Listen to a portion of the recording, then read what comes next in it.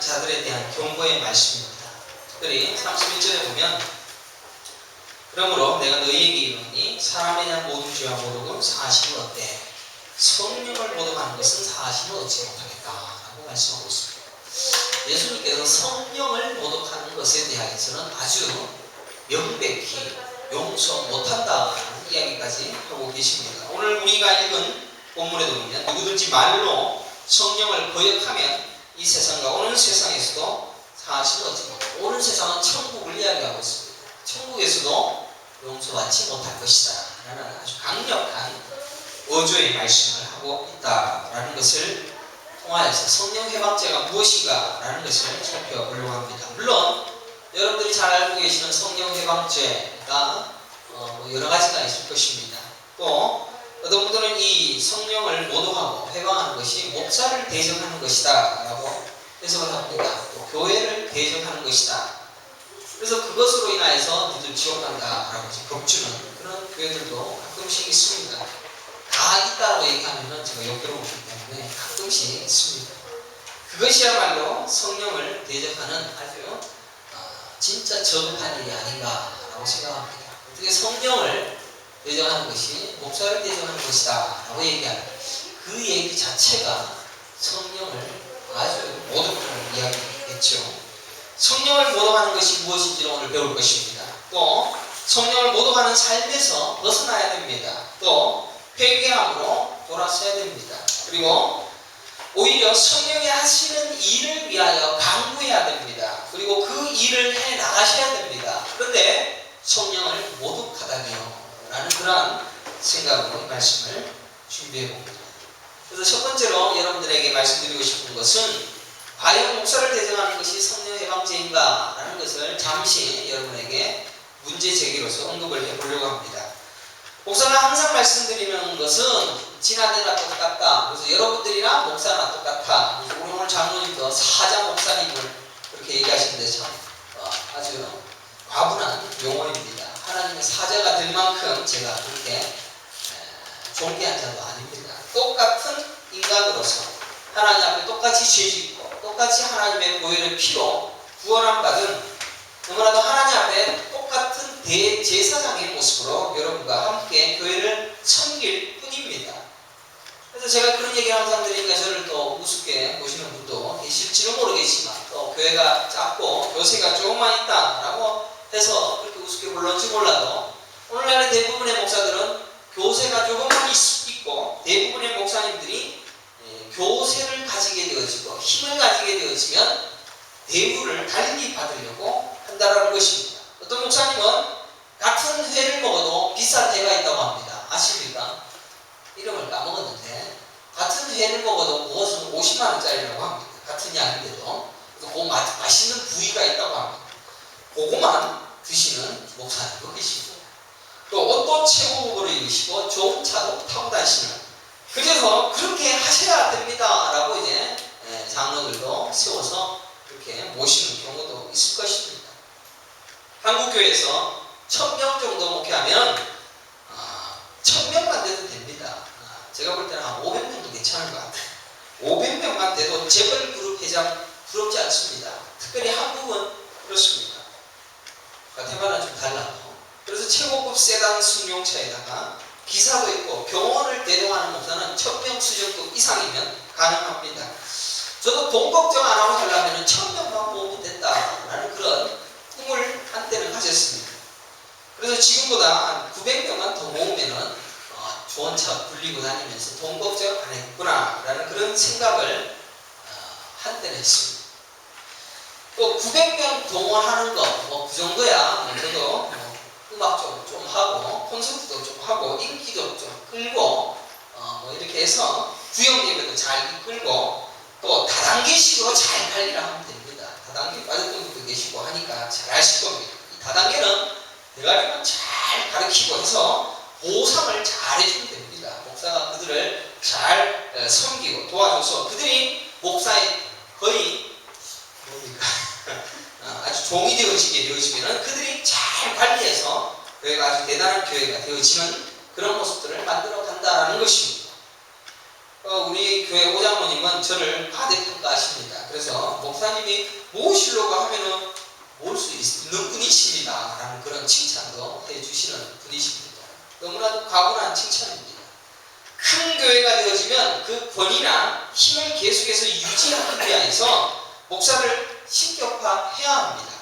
그래서 목사의 대적자들을 성령 회방죄로 몰아가서 교인들로 권위에 순종하게 만들어서 벌벌 떨게 만드는 것이 이 시대에 잘못 가르치는 기독교의 모습이 아닌가라는 생각을 해봅니다. 물론 저도 그런 이야기를 듣고 컸습니다. 그런 경우를 종종 보기도 했습니다. 그런데 그것이 목사를 대적하는 것으로 인하여서 그들이 심판받는 것이 아니라 하나님의 일, 성령을 모독하기 때문에 그런 것이지, 성령, 목사를 대적한다라고 해서 성령이 모독되어지는 일은 절대로 없다라는 것입니다. 제가 잘 아는 목사님, 그분도 어떤 말씀을 강의를 하시냐면은 재직 세미나로 모이면은 하나님의 구원 역사가 있고 하나님의 구원 역사를 이루어갈 자로서 이 땅에 목사를 세우시고 그 목사가 하는 모든 일은 구원 역사를 이루어가는 여정 속의 하나이기 때문에 목사의 일을 방해하면 하나님의 일도 방해하는 것이다 라는 것을 가르치는 것을 제가 5년 전에 들었습니다. 불과 5년 전만 해도 제가 있었던 그 교회 담임 목사님께서는 그렇게 강의를 하시더라고요. 그 목사님의 사고는 목사나 하나님이나 동격이다 라는 그러한 이야기입니다.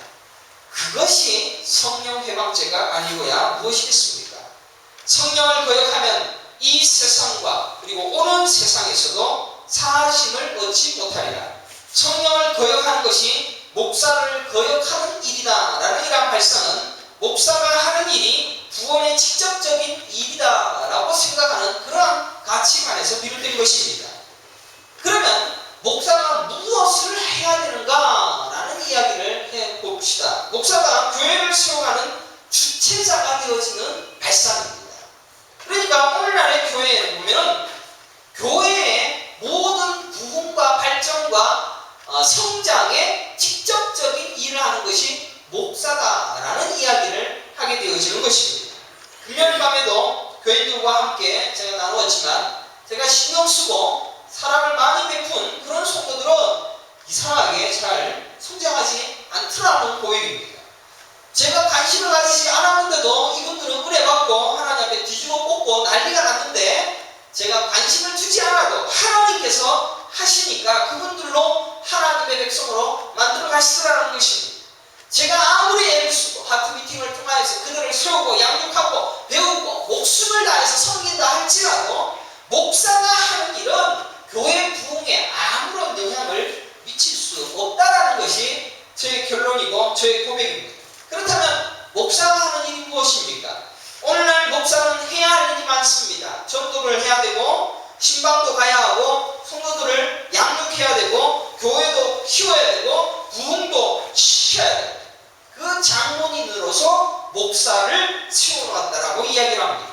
그래서 교회 부흥의 키는 담임 목사에게 있다라고 말합니다. 그래서 얼마나 많이 모이게 할 수 있는 역량이 있느냐에 의해서 목사의 능력이 좌우가 되어집니다. 1000명 목회한 목사, 또 10,000명 목회한 목사, 이런 목사들은 급이 다르고 대우가 다릅니다. 큰 어른 모시듯이 스타를 모시듯이 교회에서 데려가려고 안다니라 라는 것입니다.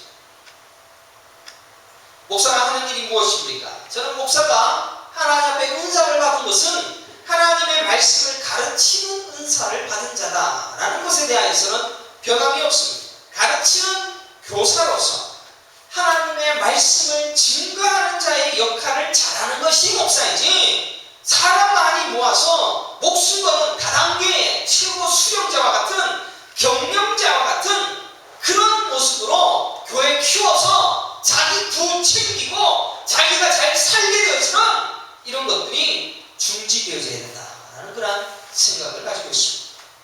저는 신학교 다닐 때 목사가 교회다라는 그런 명제를 유해무 교수라고 우리 학교에 있는 교수입니다. 가르치는 것을 제가 배우고 익혔습니다.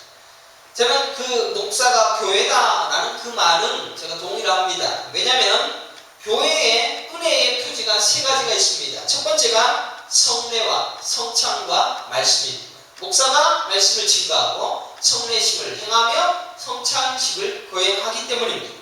성도가 받을 수 있는 은혜의 세 가지 방법은 말씀과 성례와 성찬인데 이 모든 것을 집행할 수 있는 것은 목사입니다. 그러나 그 말에 대해서는 전적으로 공감하여서 목사가 없다면 교회가 유지되어질 수 없고 교회가 세워질 수 없겠지만 더 이상으로 가면 안 된다는 것입니다. 목사는 교회의 은혜의 방편으로 사용되어지는 성령의 은사를 받은 똑같은 여러분들 중에 한 사람일 뿐이다라는 것입니다.